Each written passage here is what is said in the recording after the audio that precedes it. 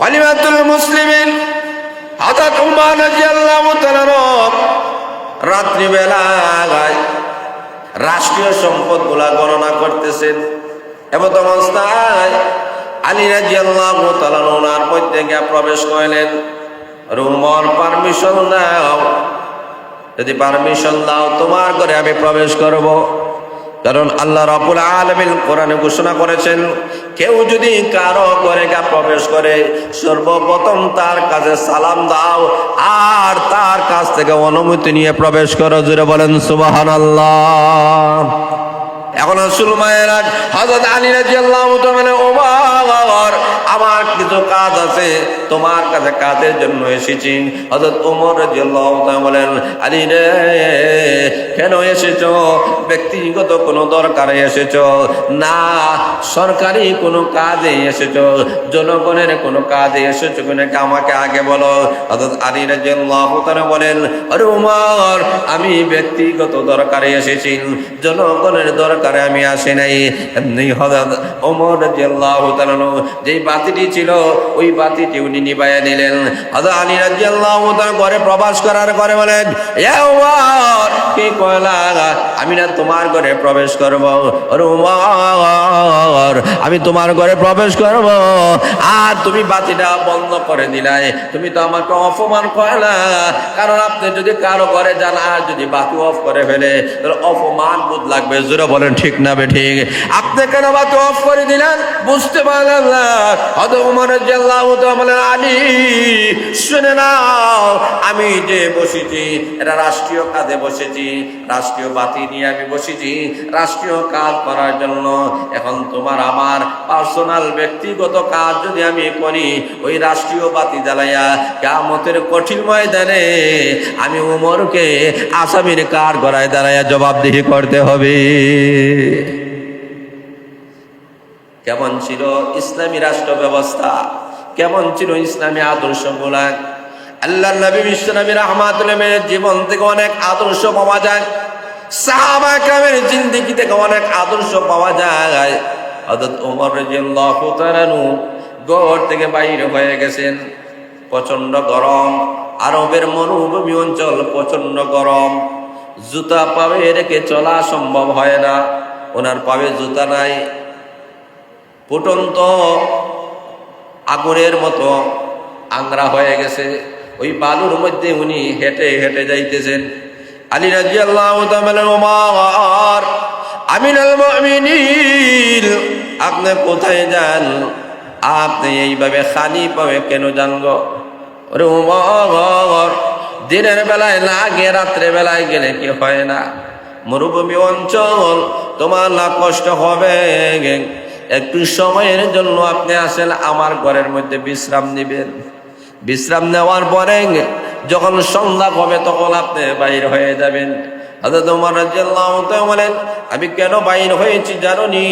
আমি এই মদিনার রাষ্ট্রপ্রধান, আর রাষ্ট্রীয় একটা উট আমি ওমরের কাছে এসেছে, ওই উটটা চলে গিয়েছে, কোথায় যেন হারায়া গিয়েছে।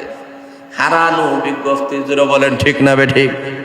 উটটা কোথায় হারিয়ে গিয়েছে, উটের সন্ধানে আমি বাইর হয়ে গেলাম। হযরত আলী রাদিয়াল্লাহু তাআলা বলেন, আমিরুল মুমিনিন, উট হারিয়ে গিয়েছে, আপনি বলেন মদিনার রাষ্ট্রপ্রধান। ওমর, আপনার আঙ্গুলের ইশারায় অর্ধেক পৃথিবী পরিচালিত হয়। আপনি সেই ওমর, যে ওমরের মিজাজে মহান আল্লাহ কোরআনের আয়াতগুলা নাযিল করে ফেলেন। হযরত ওমর রাদিয়াল্লাহু তাআলা সমাজে চলাফেরা করতেছেন, নারীদের অবাধ চলাফেরা দেখে ওমর রাদিয়াল্লাহু তাআলা মনের মধ্যে আসলো, আল্লাহ যদি নারীদের পর্দার বিরুদ্ধে যদি কোনো আয়াত নাযিল করতেন তাহলে ভালো হইতো। আল্লাহ রাব্বুল আলামিন বলেন, আরে জিবরাইল যাও, আমার ওমর যেহেতু বলেছে, আমার ওমরের মিজাজ অনুযায়ী আমি আল্লাহ পর্দার আয়াত নাযিল করে দিলাম। আপনি সেই ওমর, যে ওমরের সম্মান বেশি, মর্যাদা বেশি, ইজ্জত বেশি। আপনার বেলায় আল্লাহর নবী ঘোষণা করেছেন, আপনি জান্নাতের 10 জন সাহাবা একরামের মধ্য থেকে অন্যতম সাহাবী। আরে ওমর, আপনি যদি কাউকে অনুমতি দেন, কাউকে পারমিশন দেন, কাউকে যদি অর্ডার করেন, সে তো আপনার উটটা তালাশ করে নিয়ে আসতে পারে, আপনি কেন বাইর হয়েছেন? হযরত ওমর রাদিয়াল্লাহু তাআলা চোখের পানি বালাইয়া কান্দেন আর ডাক দেয়া বলেন, ওরে আলী, তুমি শুনে নাও, আমাকে মনে করো মদিনার রাষ্ট্রপ্রধান। আসলে আমি মদিনার রাষ্ট্রপ্রধান নয়, আমি হলাম মদিনার রাখাল। কিয়ামতের কঠিন ময়দানে সরকারে একটা উট কেন হারায়া গেল, আমি ওমর আসামির কার গলায় দাঁড়ায়া জবাবদিহি করতে হবে। কেমন ছিল তার রাষ্ট্রীয় দায়িত্ব, রাষ্ট্রীয় কাজগুলা তারা ব্যক্তিগত কাজ মনে করতেন না। ওমর রাদিয়াল্লাহু তাআলা মিম্বরের মধ্যে দাঁড়ায় গিয়েছিল, খুতবা প্রদান করবেন। ওনার গায়ে জামা দেখা যায়, এমনি মুসল্লিরা ডাক দিয়ে বলেন, ওর ওমর, খুতবা দিবা পরে আগে আমার প্রশ্নের জবাব দাও। কি প্রশ্ন? আপনি না রাষ্ট্রীয় যে কাপড়গুলো এসেছিলেন সবাইকে আপনি কাপড় দিয়েছিলেন, এখন আপনি দেখা যায় আমরা সবাইকে একটা করে আপনি বন্টন করলেন। আপনার গায়ে দেখা যায় আপনি দুইটা পেয়ে গেলেন, বিগত দিনে দেখলাম একটা, আজকে আর একটা, তাহলে আপনি দুইটা নিয়ে নিলেন, তাহলে রাষ্ট্রীয় সম্পত্তি তো আপনি বুক করে নিলেন, জবরদখল করে নিলেন, ক্ষমতার অপব্যবহার আপনি করে নিলেন। আপনি জবাব দেন, জবাব যদি না দেন খুতবা দেওয়ার কোনো সুযোগ দেওয়া হবে না। এমনি হযরত ওমর রাদিয়াল্লাহু তাআলা বলেন, আমি জবাব দিব না, আমার পক্ষ থেকে আমার ছেলেটা জবাব দেবে।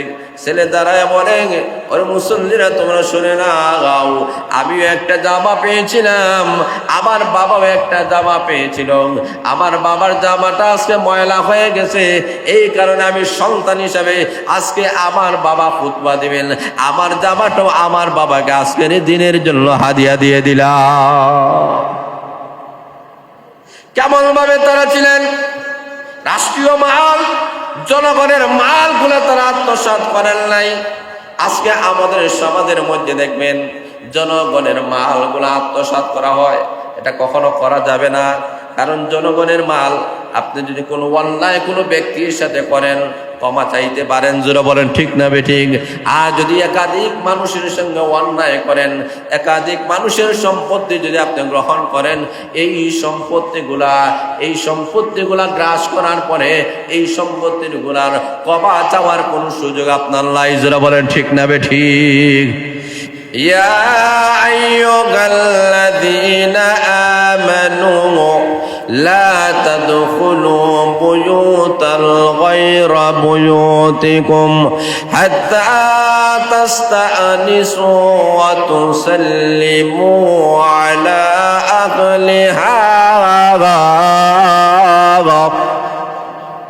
আল্লাহ রাব্বুল আলামিন বলেন, হে ঈমানদার জাতিরা, তোমরা যখন একজন আরেকজনের ঘরে যখন প্রবেশ করবা, আল্লাহ ঘোষণা দিয়েছেন সর্বপ্রথম তার কাছ থেকে তুমি অনুমতি চাইবা, অনুমতি নিয়ে প্রবেশ করো, পারমিশন চাইবা। 2 নম্বর হলো তাকে সালামের মাধ্যমে অনুমতি চাইবা।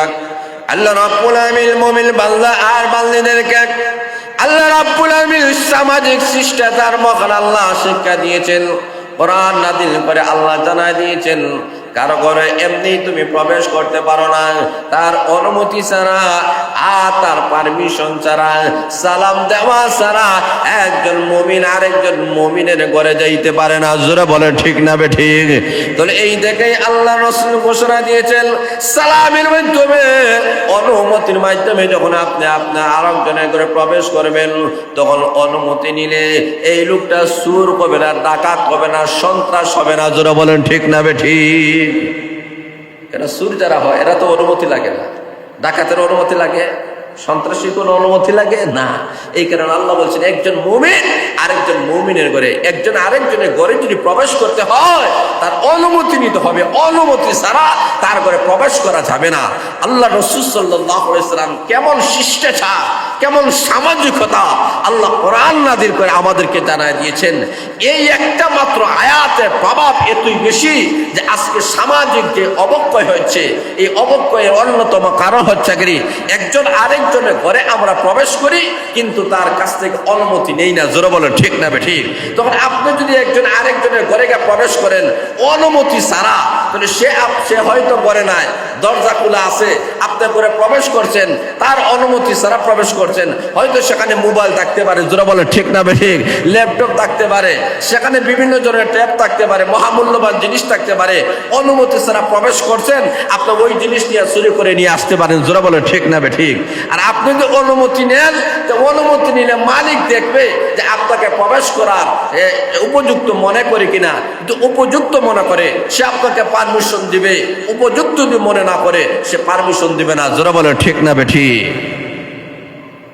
আল্লাহ নবী বিশ্বনবী রাহমাতুল্লাহ আলাইহি রে আমার সাহাবায়ে কেরাম, সাধারণ মানুষের ঘর নয়, এমনকি আল্লাহর রাসূল বলেন তোমরা যদি তোমাদের ঘরের মধ্যে তোমার মার ঘরে প্রবেশ করো, আল্লাহ নবীজি বলেন মার ঘরে প্রবেশ করলেও তোমাকে অনুমতি নেওয়া লাগবে। সাহাবায়ে কেরাম বলেন এ রাসূলুল্লাহ ইয়া হাবিবাল্লাহ, আল্লাহর নবী গো, আমি আমার মার ঘরে প্রবেশ করব, আমি অনুমতি নিব কেন, নেওয়ার কারণটা কি? আল্লাহর রাসূল জবাবে বলেন রে আমার সাহাবী, তুমি কি পছন্দ করো তোমার মাকে এই অবস্থায় দেখতে, যেটা তুমি পছন্দ করো না? সাহাবী বলে ইয়া রাসূলুল্লাহ ইয়া হাবিবাল্লাহ, হ্যাঁ আমি এটা কখনো পছন্দ করি না। আল্লাহর রাসূল বলেন তোমার মায়ের ঘরে যদি তুমি প্রবেশ করো এমন অবস্থায় যে সে প্রাইভেট রুমের মধ্যে এমন অবস্থায় আছে যেটা তোমার পছন্দ হয় না, সেও লজ্জিত হবে, তুমিও লজ্জিত হইবা, জোরে বলেন ঠিক না ঠিক?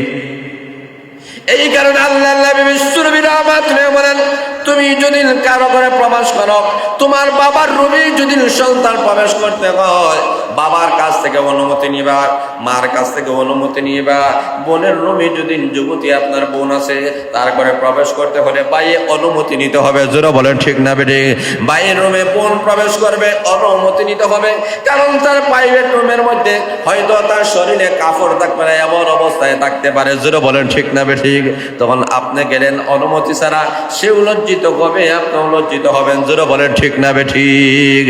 এই কারণে আল্লাহ রাব্বুল আলামিন কোরআন নাযিল করে আল্লাহ জানাই দিয়েছেন একজন আরেকজনের পরবারে অনুমতি ছাড়া, পারমিশন ছাড়া কখনো প্রবেশ করবা না। আল্লাহর রাসূল কোরআন নাযিল করে আল্লাহ কেমন ভাবে শিষ্টাচার আমাদের সামনে তুলে ধরেছেন।